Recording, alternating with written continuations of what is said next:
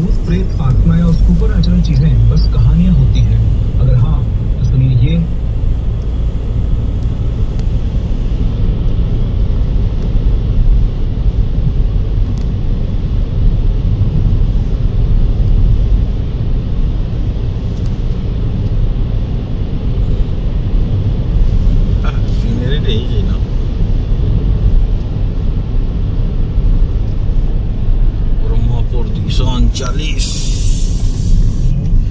ब्रह्मपुर 239 ଲେଖା ହେଇଛି।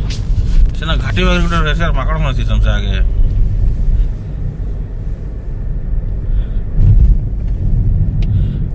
ଦେଖो ଚାହାନ୍ତି ସେ ଗୋଟେ ଦାରି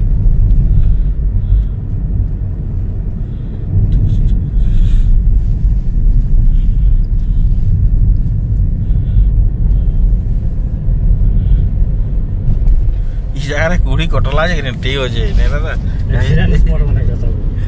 नहीं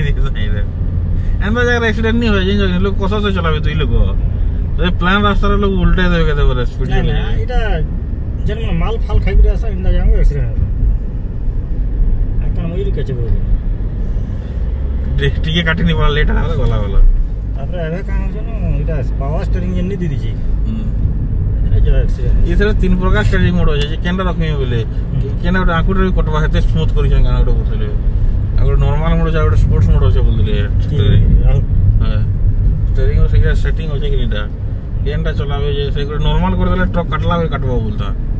दुई हाथ काटले कि आ ଗୋଟେ स्पोर्ट्स मोड कर देले काना